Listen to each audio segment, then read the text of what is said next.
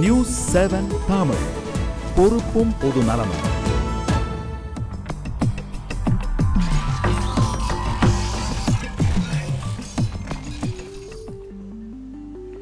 வணக்கம் and welcome to the show. இது news 7 தமிழின் கேள்வி நேரம். நான் செந்தில்.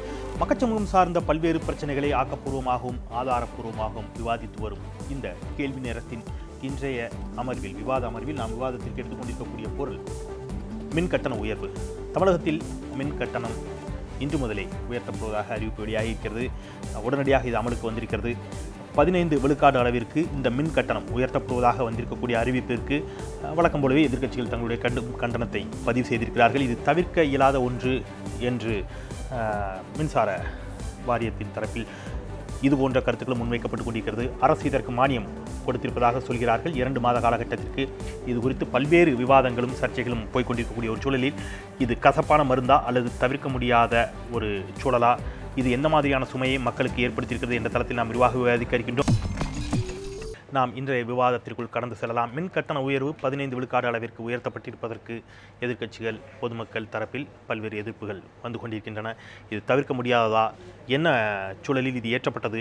இதற்கான தீர்வு என்ன என்ற தளத்தில் நாம் இன்றைக்கு விவாதிக்க இருக்கின்றோம். நமது அரங்கில் இது குறித்து தங்களுடைய கருத்துக்களை பதிவு செய்வதற்காக அஇஅதிமுகவினுடைய தலைமை கழக பேச்சாளர் திரு ஆவடி குமார் நம்மோடு இணைந்திருக்கின்றார். வணக்கம் சார்.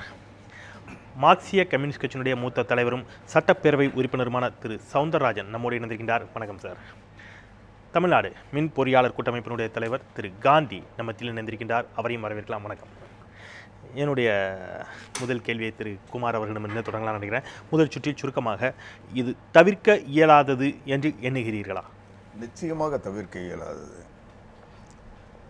ஏனென்றால் 2003 மின்சார சட்டம் வந்ததுக்கு பிறகு மின்சார ஒழுங்குமுறை ஆணையத்தை கட்டுப்படுத்துகின்ற அதிகாரம் மாநில அரசாங்கத்திற்கு இல்லை.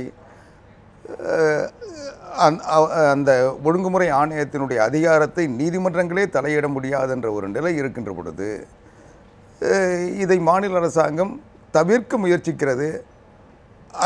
அது இயலாத சூழ்நிலையில் அந்த சுமையை மாநில அரசாங்கம் எடுத்துக்கொள்கிறது. மக்களிடம் சுமத்தப்படுகின்ற அந்த சுமை என்பது அவர்களை பாதிக்காத வகையில், எளிய மக்களை பாதிக்காத வகையில் அதில் பெரும்பகுதியை மாநில அரசாங்கம் தான் ஏற்றுக்கொண்டு அதனுடைய பாதிப்பிலிருந்து மக்களுக்கு நிவாரணத்தை ஏற்படுத்தி செய்ய முடியும் அப்படிங்கிறது.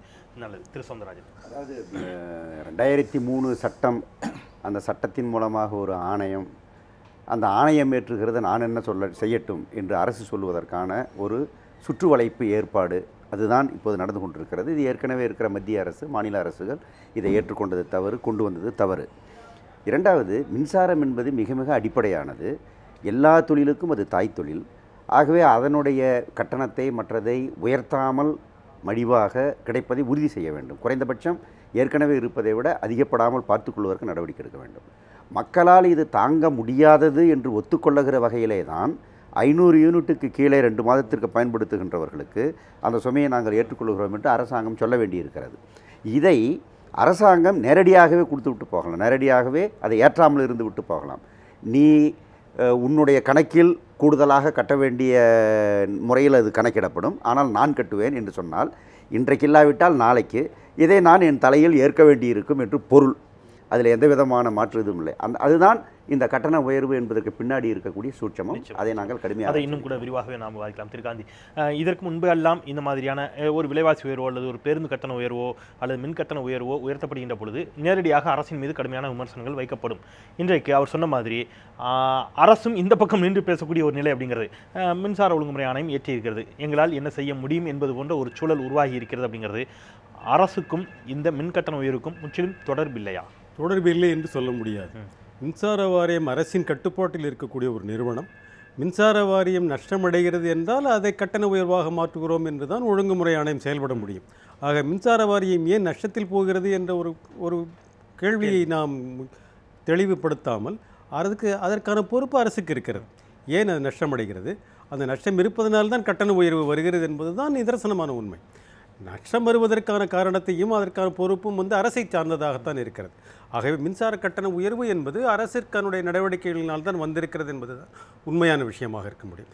அதை மறுபடியும் மக்களுக்கான ஒரு பொது பணத்திலிருந்து நாம் ஈடுகட்டுகிறோம் என்று சொல்லுவது என்பது எந்த விலைக்காக இந்த மின்சார உயர்வு வந்ததோ, எந்த காரணத்திற்காக நஷ்டம் வந்ததோ அவர்களுக்காக அந்த நஷ்டம் போய் சேர்கிறதே தவிர மக்களுக்காக போகிறது என்று நாம் சொல்ல முடியாது. புரியுது எனக்கு தெளிவாக. அவர் சொல்லக்கூடிய வாதம் அப்படிங்கிறது நஷ்டத்தின் காரணமாகத்தான் விலை மின் கட்டணத்தை ஏற்ற வேண்டிய ஒரு சூழல் அப்படின்னு சொன்னால் நஷ்டத்திற்கு யாரு காரணம்? பொதுமக்களா? அவர்களாக இல்லாத பட்சத்தில் நஷ்டத்தில் மின்வாரியத்தை இயக்குவதற்கான ஒரு சூழலை உருவாக்கிவிட்ட பிறகு அந்த நஷ்டத்தை ஈடுகட்டுவதற்கு அதை பொதுமக்கள் தலையில் சுமத்துவது எந்த அளவில் ஏற்புடையது அப்படிங்கிறது அவருடைய காந்தியினுடைய வாதம். மரியாதைக்குரிய பொறியாளர் காந்தி அவர்கள் இதை இங்கே என்னை விட அதிகமான அந்த மின்சார பிரச்சனைகளை தெரிந்தவர், பல்வேறு ஆய்வுகளையும் பல்வேறு புத்தகங்களையும் எழுதியவர். அவருக்கு இந்த சட்டத்தின் மட்டும் இல்லை, மின்சாரத்துறையினுடைய நிர்வாகமும் அவருக்கு தெளிவாக தெரியும். அதனால் அவர்கிட்ட நான் ஆர்குமெண்ட் பண்ணுறதுன்றது முடியாத காரியம். ஆனாலும் நான் சொல்ல விரும்புவது, இன்றைக்கு மின்சார ஒழுங்குமுறை ஆணையம் என்பதை மாநில அரசாங்கம் நினைத்தாலும் தவிர்க்க முடியாது என்பது அவருக்கு தெரியும். மாநில ஒழுங்குமுறை ஆணையம் என்பது ஜுடிஷியல் பவர் கூட அவங்ககிட்ட தான் இருக்குது. இன்றைக்கி இந்தியாவில் அந்த சட்டம் சரியாக தப்பான்றது வேறு விவாதம். அதை கொண்டு வந்துட்டாங்க. இன்றைக்கி அது நடைமுறையில் இருக்குது.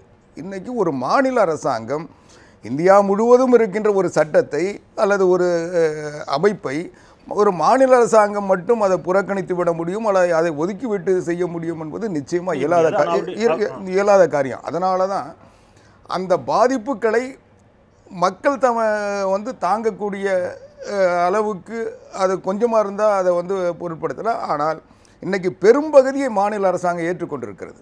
மரியாதைக்குரிய சட்டமன்ற உறுப்பினர் சவுந்தரராஜன் அவர்கள் சொன்னாங்க, இது நாளைக்கு மக்கள் தலையில் போய் விடியன்னு.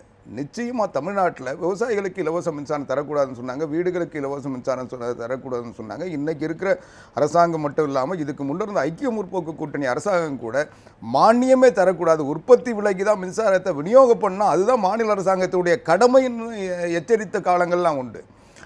மின்சாரத்துக்கு இலவசமே தரக்கூடாதுன்னு சொல்லி உறுதிப்படுத்தின நேரம்லாம் இருந்தது. அதையெல்லாம் மாநில அரசாங்கம் ஏற்றுக்கொண்டு இன்றைக்கு மின்சாரம் என்பது எளிய மக்களுக்கு இன்றைக்கி இலவசமாக தருகின்ற ஒரே மாநில அரசாங்கமாக தமிழ்நாடு மட்டும்தான் இருக்குது. அதனால் அந்த மின்சார ஒழுங்குமுறை ஆணையத்தினுடைய மின்சார சட்டத்தையும் மதிக்கிறோம். அதே நேரம் மாநில அரசாங்கம் மக்களுடைய பாதிப்புகளையும் உணர்ந்து ஒழுங்குமுறை ஆணையமாக இருக்கட்டும் அல்லது மின்சார சட்டமாக இருக்கட்டும், மத்தியில் இருந்த ஐக்கிய முற்போக்கு கூட்டணி அரசு பாஜக, அதற்கு முன் இருந்த பாஜக இரண்டுடைய வெளிப்பாடு தான் அது அப்படிங்கிறது எல்லோரும் அறிந்தது. ஆனால் அவருடைய கேள்வி அப்படிங்கிறது, தமிழ்நாடு மின்சார வாரியம் நஷ்டத்தில் இயங்கியதற்கு யார் காரணம்? அந்த சட்டம் ஒருபுறம் இருக்கட்டும், மின்சார ஒழுங்குமுறை ஆணையம் இருக்கட்டும், இதை லாபத்தில் இயற்றக்கூடியதற்கான பொறுப்பும் அந்த இடமும் தமிழக அரசிற்கு தானே இருந்தது. அதாவது மின்சார வாரியத்தில் குறைபாடுகள் இல்லைன்னு நான் சொல்ல வரல. குறைபாடுகள் இருக்குன்னா அதுக்கு தொடர்ந்து வருகின்ற அதனுடைய நிர்வாக ரீதியான சில குறைபாடுகள், அதுக்கு பல்வேறு காரணங்கள் இருக்குது. அதை போக்குவதற்குரிய முயற்சியில் அரசாங்கம் ஈடுபட்டு வருது. எந்த அரசாங்கமும் தன்னுடைய ஊழியர்கள் தவறு செஞ்சு அரசாங்கத்துக்கு இழப்பு ஏற்படுத்தணும்னு விரும்பாது. ஆனால் இன்னைக்கு இருக்கிற இவ்வளோ நாள் நடந்துட்டு வந்த தவிர ஒரே நாளில் தீர்வு காண முடியாது. அதுக்கான முயற்சியில் அரசாங்கம் ஈடுபட்டிருக்கு. நிர்வாகத்தினுடைய குறைபாடுகளை தவறுகளை இன்றைக்கு அரசாங்கத்தினுடைய பார்வைக்கு வருகின்றவர்களை போக்குவதற்குரிய முயற்சிகள் இருக்கு. இல்லை நான் முடிச்சிடறேன். அதையும் இதையும் கட்டண உயர்வையும் மின்சார ஒழுங்குமுறை ஆணையத்தினுடைய உத்தரவையும் இல்ல ஏன் ஒப்பிட்டு பார்க்கக்கூடிய சூழல் ஏற்படுதுன்னா, இப்போ ஒரு வாதத்திற்காக கேட்கிறேன், இதற்கு முன்னே இருந்த திராவிட ஒன்னு தெளிவுபடுத்த விரும்புறேன். அரசை கண்டித்ததா இல்லையா? இல்ல, நான் ஒரே ஒரு தெளிவுபடுத்த விரும்புகிறேன். மின்சார ஒழுங்குமுறை ஆணையத்தின் கட்டண நிர்ணயம் என்பது மின்சார வாரியத்தின் இடைப்பை ஒட்டியோ அல்லது மக்களுடைய தேவையை ஒட்டியோ அல்லது மின்சாரத்தை மக்களுக்கு இலகுவாக தர வேண்டும் என்ற நோக்கமோ அதெல்லாம் கிடையாது. அவங்க ஒரு ஆணையம், அவங்க உற்பத்தியாளர்களுக்கு பாதுகாப்பு. இன்னும் சொல்ல போனால் இந்தியாவில் தாராளமய கொள்கை வந்த பிறகு அதில் முதலீடு செய்கிறவர்களுக்கு பாதுகாப்பை உருவாக்க வேண்டும் என்பதற்கு தான் இந்த மின்சார சட்டமே வந்தது. இன்னைக்கு வந்து நுகர்வோருக்கு பாதிப்பு வருகிறதான்ற பற்றி அவங்களுக்கு கவலை இல்லை. மானியம் தர வேணாம், நான் முடிச்சிடறேன். உற்பத்தி விலைக்கு அவங்க வந்து அந்த விநியோகம் பண்ணுன்றது அவங்களுடைய நோக்கம். அதுக்கு பாதுகாப்பான அமைப்பாக தான் ஒழுங்குமுறை ஆணையம் இருக்கு. மின்சார ஒழுங்குமுறை ஆணையத்தினுடைய அந்த பிரச்சனைகளால் தான் அது வந்து ஒரு மாநில அரசால் எந்த அளவிற்கு அதை ஈடுகட்ட முடியுமோ அந்த அளவுக்கு ஈடுகட்டி இருக்கிறது மாநில அரசு. இது முற்றிலுமாக மாநில அரசினுடைய தவறாக எதையும் எடுத்துக்கொள்ள இயலாது அப்படிங்கிற அவருடைய வாதம் முற்றிலும் ஏற்புடையதான். அதாவது அது ஏற்கத்தக்கதல்ல. ஒழுங்குமுறை ஆணையம் வரவுக்கும் செலவுக்கும் இடைவெளி இருக்கிறது, இந்த இடைவெளி இருக்கக்கூடாது, இதை சரி செய்ய வேண்டும் என்று அது சொல்லுகிறது. ஆகவே வரவு குறைவாக இருக்கிறது, செலவு அதிகமாக இருக்கிறது, அதற்கு ஏற்ப இவ்வளவு ஏற்ற வேண்டும் என்று அவர்கள் சொல்லுகிறார்கள். வரவுக்கும் செலவுக்கும் ஏன் இடைவெளி இருக்கிறது என்பது ஒரு கேள்வி. செலவு எங்கே மோசமாக போகிறது என்பது அடுத்த கேள்வி. லைன் லாஸ் என்ன, இது என்ன என்பது ஒரு கேள்வி. குவாலிட்டி எலக்ட்ரிசிட்டிங்கிறது ஒரு கேள்வி. ரெண்டாவது, அரசாங்கம் மின் உற்பத்தியில் மேலும் தன்னை அதிகம் ஈடுபடுத்திக் கொள்வதற்கு இந்த 10-15 ஆண்டுகளில் என்ன முயற்சி எடுத்தது? எந்த முயற்சியும் எடுக்கவில்லை, உருப்படியான முயற்சி எடுக்கவில்லை. தனியார் மின் நிலையங்களை நீங்கள் உயர்த்தி கொண்டே அதிகப்படுத்தி கொண்டே போகிறீர்கள். ஒரு யூனிட்டு 15 ரூபாய் 40 காசுக்கு நீங்கள் வாங்குகிறீர்கள், வெளியிலிருந்து வாங்குகிறீர்கள். 20 ரூபாய்க்கு ஒரு யூனிட் வெளியிலிருந்து வாங்கிய நேரமும் இருந்தது. இந்த அளவுக்கு நீங்கள் வந்து ஒரு யூனிட்டுக்கு 15 ரூபாய் 20 ரூபாய் என்று கொடுத்து வெளியிலிருந்து நாங்கள் வாங்குகிறோம், ஏனென்றால் மக்களுக்காக வாங்குகிறோம் என்று சொன்னால், மின்சார வாரியம் இத்தனை காலம் இருந்ததனுடைய பொருள் என்ன? அரசாங்கத்தினுடைய பிரியாரிட்டி, முன்னுரிமை என்பது மின் உற்பத்தியில் ஏன் இல்லாமல் போனது? அதற்கு என்ன காரணம்? தனியார் மின் நிலையங்கள் அமைக்கவும் அவர்கள் இதன் மூலம் அதிக பணம் ஈட்டவும் நீங்கள் மறைமுகமாக உதவி செய்தீர்களா? இதுவெல்லாம் சேர்ந்து கடைசியில் யார் தலையில் விழப்போகிறது? எங்கள் தலையில் விழப்போகிறது. 1 லட்சத்துக்கும் மேற்பட்ட ஊக்கப்படுத்தியதும் கூட மின்சார சட்டமும் மின்சார ஒழுங்குமுறை எல்லாம் மாநில அரசு என்ன செய்திருக்க இயலும் நினைக்கிறீங்க? அதை தவிர்த்திருக்க முடியுமா மாநில அரசு? நிச்சயமாக மாநில அரசாங்கம் எலக்ட்ரிசிட்டி போர்டு மூலமாக மத்திய அரசாங்கத்திடமிருந்து